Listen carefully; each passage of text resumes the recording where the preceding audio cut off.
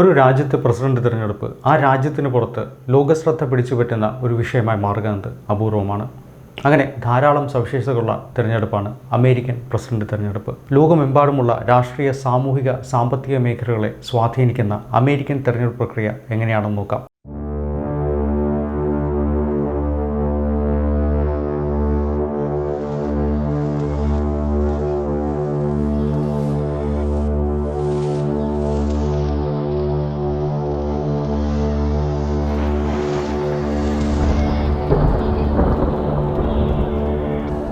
United States of America എന്ന രാഷ്ട്രത്തിൻ്റെയും സർക്കാരിൻ്റെയും തലവനാണ് president. രാജ്യത്തെ ദേശീയ നയങ്ങൾ രൂപീകരിക്കുന്നതും അന്താരാഷ്ട്ര തലത്തിൽ യുഎസിനെ പ്രതിനിധീകരിക്കുന്നതും സായുധ സേനയുടെ കമാൻഡർ ഇൻ ചീഫുമായി പ്രവർത്തിക്കുന്നത് പ്രസിഡന്റാണ്. ഓരോ 4 വർഷം കൂടുമ്പോഴാണ് അമേരിക്കയിൽ പ്രസിഡന്റ് തെരഞ്ഞെടുപ്പ് നടക്കുന്നത്. വോട്ടർമാർ അവരുടെ വോട്ട് രേഖപ്പെടുത്തി ഒരാളെ വിജയിപ്പിക്കുന്നു എന്ന് ചുരുക്കി പറയാമെങ്കിലും US പ്രസിഡന്റിനെ തിരഞ്ഞെടുക്കുന്നതിന്റെ പ്രക്രിയ വളരെ സങ്കീർണമാണ്. ഏതാണ്ട് 1 വർഷത്തിലധികം നീണ്ടു നിൽക്കുന്നതാണ് ഇതുമായി ബന്ധപ്പെട്ട പ്രവർത്തനങ്ങൾ. തെരഞ്ഞെടുപ്പ് പ്രക്രിയ ആരംഭിക്കുന്നത് സാധാരണയായി ജനുവരി മാസത്തിൽ നടക്കുന്ന പ്രൈമറികളിലും കോക്കസുകളിലും നിന്നാണ്. പാർട്ടി അംഗങ്ങൾ അവർക്ക് ഇഷ്ടപ്പെട്ട സ്ഥാനാർത്ഥികൾക്ക് വോട്ട് ചെയ്യുന്ന തെരഞ്ഞെടുപ്പുകളാണ് പ്രൈമറികൾ. പാർട്ടി അംഗങ്ങൾ ചർച്ച ചെയ്ത് സ്ഥാനാർത്ഥിയെ തിരഞ്ഞെടുക്കുന്ന യോഗങ്ങളാണ് കോക്കസുകൾ. ഇതുവഴി പൊതു തെരഞ്ഞെടുപ്പിനുള്ള പാർട്ടി നോമിനികളെ ഇരുവരും നിശ്ചയിക്കുന്നു. സ്ഥാനാർത്ഥികളുടെ എണ്ണം കുറയ്ക്കുന്നതിന് വേണ്ടിയാണ് ഇത് നടത്തുന്നത്. പ്രൈമറികളും കോക്കസുകളും ഒരേ ഉദ്ദേശത്തോടെ പ്രവർത്തിക്കുന്നുവെങ്കിലും രണ്ടും വ്യത്യസ്തമാണ്. ഒരു സംസ്ഥാന പ്രൈമറിയിൽ വോട്ടർമാർ പോളിംഗ് സ്റ്റേഷനുകളിൽ പോയി അവർക്ക് ഇഷ്ടപ്പെട്ട സ്ഥാനാർത്ഥികൾക്ക് രഹസ്യ ബാലറ്റിലൂടെ വോട്ട് ചെയ്യുകയാണ് സാധാരണ ചെയ്യുന്നത്. ഓപ്പൺ പ്രൈമറികളാണെങ്കിൽ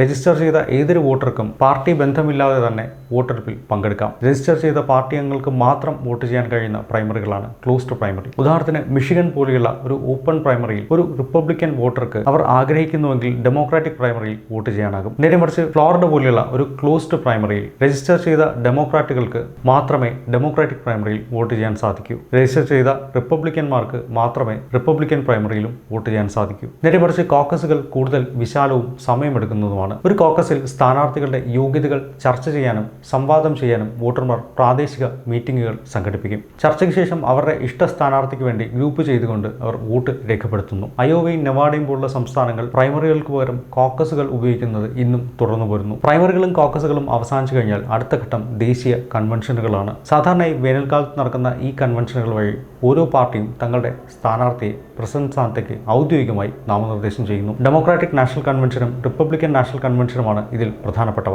ഇവിടെ എത്തുന്ന പ്രതിനിധികൾ സാധാരണയായി അത് സംസ്ഥാനങ്ങളിലെ പ്രൈമറികളിലെയും കോക്കസുകളിലെയും ഫലങ്ങൾ അനുസരിച്ച് വോട്ട് ചെയ്യാൻ ബാധ്യസ്ഥരാണ്. എന്ന് വെച്ചാൽ ഒരു സ്ഥാനാർത്ഥിക്ക് പ്രൈമറികളിൽ ഭൂരിഭാഗം ഡെലിഗേറ്റുകളുടെയും പിന്തുണ കിട്ടിയാൽ ആ പ്രതിനിധികൾ കൺവെൻഷനിൽ അദ്ദേഹത്തെ തന്നെ പിന്തുണയ്ക്കുമെന്ന് പ്രതീക്ഷിക്കുന്നു. എന്നിരുന്നാലും ഒരു സ്ഥാനാർത്ഥിക്കും വ്യക്തമായ ഭൂരിപക്ഷം ഇല്ലെങ്കിൽ നോമിനിയെ തിരഞ്ഞെടുക്കുന്നതിന് ഒന്നിലധികം റൗണ്ട് വോട്ടിംഗ് നടത്താറുണ്ട്. 1924 ജോൺ W. ഡേവിസിനെ നോമിനിയായി തിരഞ്ഞെടുക്കാൻ ഡെമോക്രാറ്റിക് കൺവെൻഷനിൽ 108 ബാലറ്റുകൾ വരെ ഉപയോഗിച്ചിരുന്നു. ഈ കൺവെൻഷന്റെ തന്നെയാണ് വൈസ് പ്രസിഡന്റ് സ്ഥാനാർത്ഥിയെയും പ്രഖ്യാപിക്കുന്നത്. രാജ്യത്തെ ബാധിക്കുന്ന പ്രധാന വിഷയങ്ങളിൽ പാർട്ടിയുടെ നിലപാട് രൂപപ്പെടുത്തുന്നത് കൂടിയാണ് ഈ കൺവെൻഷനുകൾ. സ്ഥാനാർത്ഥികളെ ഔദ്യോഗികമായി തെരഞ്ഞെടുക്കുന്നതോടെ പൊതു തെരഞ്ഞെടുപ്പ് പ്രചാരണം ആരംഭിക്കും. അമേരിക്കയിലെ പ്രധാന പാർട്ടികളായ ഡെമോക്രാറ്റിക്, റിപ്പബ്ലിക്കൻ പാർട്ടികളിൽ നിന്നുള്ള സ്ഥാനാർത്ഥികളാണ് ഇതിൽ ഏറ്റവും പ്രബലർ. രാജ്യത്തുടനീളമുള്ള വോട്ടർമാരെ സ്വാധീനിക്കാൻ ലക്ഷ്യമിട്ട് റാലികളും ടൗൺ ഹാൾ മീറ്റിംഗുകളും ടെലിവിഷൻ സംവാദങ്ങളും അവർ നടത്തും. സ്ഥാനാർത്ഥികളുടെ പ്രവർത്തനത്തെ വോട്ടർമാർക്ക് വിലയിരുത്താൻ അവസരം നൽകുന്നതിനാൽ ഈ സംവാദങ്ങൾ വളരെ പ്രധാനപ്പെട്ടതാണ്. 1960 ജോൺ എഫ് കെന്നഡിയും റിച്ചാർഡ് നിക്സൺ തമ്മിലുള്ള സംവാദങ്ങളാണ്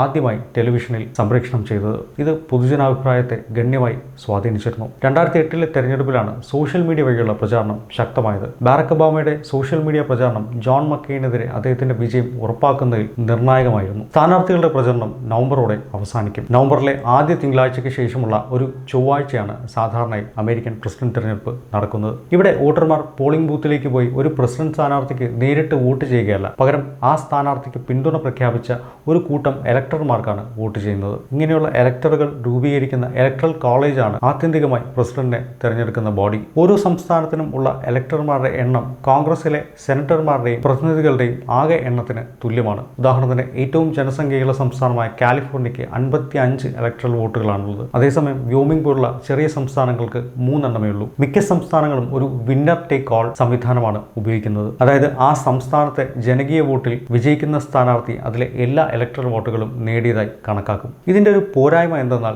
ദേശീയ തലത്തിൽ ജനകീയ വോട്ട് നേടാതെ തന്നെ ഒരു സ്ഥാനാർത്ഥി പ്രസിഡന്റ് സ്ഥാനത്തേക്ക് വിജയിക്കുന്ന സാഹചര്യങ്ങളിലേക്ക് ഇത് നയിച്ചേക്കാം. ഇതിന്റെ ശ്രദ്ധേയമായ ഒരു ഉദാഹരണം 2000-ലെ തെരഞ്ഞെടുപ്പിൽ സംഭവിച്ചു. സ്ഥാനാർത്ഥിയായിരുന്ന അൽഗോർ ജനകീയ വോട്ട് നേടിയെങ്കിലും ഭൂരിപക്ഷം ഇലക്ട്രൽ വോട്ടുകൾ നേടി ജോർജ് ഡബ്ല്യു ബുഷ് പ്രസിഡന്റ് സ്ഥാനം നേടി. അതുകൊണ്ട് തന്നെ സംസ്ഥാനങ്ങളിലെ ഇലക്ട്രൽ വോട്ടുകൾ നേടുക എന്നതിനാണ് സ്ഥാനാർത്ഥികൾ ശ്രദ്ധ കൊടുക്കുക. ഫ്ലോറിഡ, ഒഹായോ, പെൻസിൽവാനിയ തുടങ്ങിയ സംസ്ഥാനങ്ങളുടെ ഫലം പലപ്പോഴും പ്രവചനാതീതവും തെരഞ്ഞെടുപ്പ് ഫലം അട്ടിമറിക്കാൻ സാധിക്കുന്നതുമാണ്. അതിനാൽ തന്നെ ഇവിടത്തെ പ്രചാരണത്തിന് സ്ഥാനാർത്ഥികൾ ധാരാളം സമയം ചെലവഴിക്കാറുണ്ട്. തെരഞ്ഞെടുപ്പ് ദിവസത്തിന് ശേഷം പ്രസിഡന്റിനും വൈസ് പ്രസിഡന്റിനും വേണ്ടിയുള്ള ഔദ്യോഗിക വോട്ടുകൾ രേഖപ്പെടുത്തുന്നതിനായി ഇലക്ടർമാർ ഡിസംബർ പകുതിയോടെ അതാത് സംസ്ഥാനങ്ങളിൽ യോഗം ചേരുന്നു. തുടർന്ന് ഈ വോട്ടുകൾ കോൺഗ്രസിലേക്ക് അയക്കുന്നു. അവിടെ ജനുവരി ആദ്യം ഇലക്ട്രൽ വോട്ടുകൾ എണ്ണാൻ ഒരു സംയുക്ത സമ്മേളനം നടക്കുന്നു. സെനറ്റിന്റെ പ്രസിഡന്റായി പ്രവർത്തിക്കുന്നത് നിലവിലെ വൈസ് പ്രസിഡന്റാണ്. അദ്ദേഹമാണ് വോട്ടെണ്ണലിന്റെ മേൽനോട്ടവും വഹിക്കുക. തുടർന്ന് അദ്ദേഹം തന്നെ വിജയെ ഔദ്യോഗികമായി പ്രഖ്യാപിക്കുകയും ചെയ്യും. ഒരു സ്ഥാനാർത്ഥിക്ക് ആവശ്യമായ 270 ഇലക്ട്രൽ വോട്ടുകൾ ലഭിച്ചാൽ അവരെ വിജയിയായും തുടർന്ന് പ്രസിഡന്റായും പ്രഖ്യാപിക്കും. രാജ്യത്താകമാനം ഓരോ സ്ഥാനാർത്ഥിക്കും വ്യക്തിഗത വോട്ടർമാർ രേഖപ്പെടുത്തിയ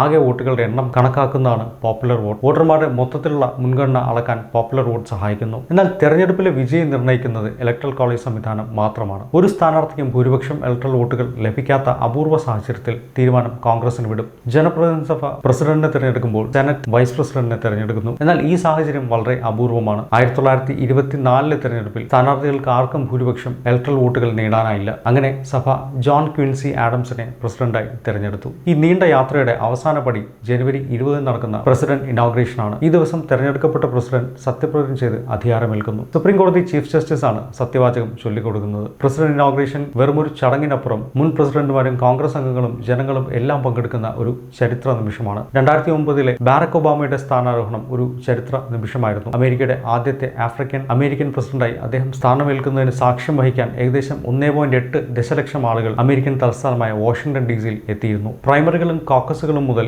ഇലക്ട്രൽ കോളേജും പ്രസിഡന്റ് ഇനോഗ്രേഷനും വരെയുള്ള ഈ മുഴുവൻ പ്രക്രിയയും US ഭരണഘടന പ്രകാരമാണ് നടക്കുന്നത്. ഈ പ്രക്രിയ സങ്കീർണമാണെന്ന് തോന്നുമെങ്കിലും ഓരോ ഘട്ടവും രൂപകൽപ്പന ചെയ്തിരിക്കുന്നത് സംസ്ഥാനങ്ങളുടെ വൈവിധ്യമാർന്ന താല്പര്യങ്ങളെ സന്തുലിതമാക്കുന്നതിനും ന്യായമായ തെരഞ്ഞെടുപ്പ് ഉറപ്പാക്കുന്നതിനുമാണ്. എന്നിരുന്നാലും ഇലക്ട്രൽ കോളേജ് സംവിധാനത്തിന് ഒത്തിരി വിമർശനങ്ങളും നേരിടേണ്ടി വന്നിട്ടുണ്ട്. രാജ്യവ്യാപകമായി ഏറ്റവും കൂടുതൽ വോട്ടുകൾ നേടുന്ന സ്ഥാനാർത്ഥി പ്രസിഡന്റ് ആകുന്ന നേരിട്ടുള്ള പോപ്പുലർ വോട്ട് സമ്പ്രദായം ഏർപ്പെടുത്തി നിലവിലെ സിസ്റ്റം മാറ്റി സ്ഥാപിക്കണമെന്ന് പലരും വാദിക്കുന്നുണ്ട്. 2016-ലെ തെരഞ്ഞെടുപ്പിന് ശേഷം ഈ ചർച്ചയ്ക്ക് കൂടുതൽ ശ്രദ്ധ നേടി. അന്ന് ഹിലരി ക്ലിന്റൺ ജനകീയ വോട്ട് നേടിയെങ്കിലും ഇലക്ട്രൽ കോളേജും പ്രസിഡന്റ് സ്ഥാനവും ഡൊണാൾഡ് ട്രംപിന് ലഭിച്ചു. എന്നാൽ ഈ സംവിധാനം മാറ്റുന്നതിന് ഒരു ഭരണഘടനാ ഭേദഗതി ആവശ്യമാണ്. അമേരിക്കയിൽ ഭരണഘടനാ ഭേദഗതി പാസാക്കിയെടുക്കുന്നത് വെല്ലുവിളി നിറഞ്ഞതും സമയമെടുക്കുന്നതുമാണ്. US പ്രസിഡന്റ് തെരഞ്ഞെടുപ്പ് പ്രക്രിയ സമഗ്രമാണെങ്കിലും അതേസമയം സങ്കീർണവുമാണ്. ഈ പ്രക്രിയ പലപ്പോഴും ചർച്ച ചെയ്യപ്പെടുകയും ചിലപ്പോൾ വിമർശിക്കപ്പെടുകയും ചെയ്യുന്നുവെങ്കിലും അത് അമേരിക്കൻ ജനാധിപത്യത്തിന്റെ അടിസ്ഥാന ഘടകമായി ഇന്നും തുടരുന്നു. അപ്പോൾ എന്താണ് US പ്രസിഡന്റ് തെരഞ്ഞെടുപ്പ് പ്രക്രിയ എന്ന് മനസ്സിലായി കാണുമെന്ന് വിശ്വസിക്കുന്നു. മറ്റൊരു വീഡിയോയുമായി